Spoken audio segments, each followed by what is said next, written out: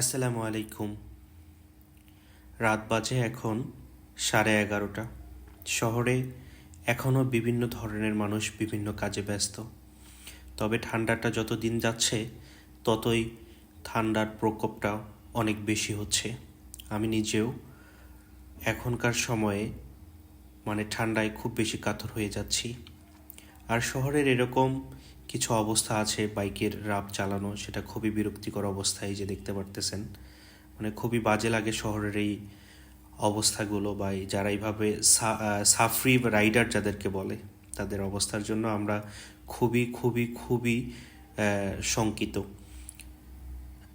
জীবনে যা পাইনি তার জন্য দুঃখ নেই, যা পেয়েছি তাই দিয়েই সুখী।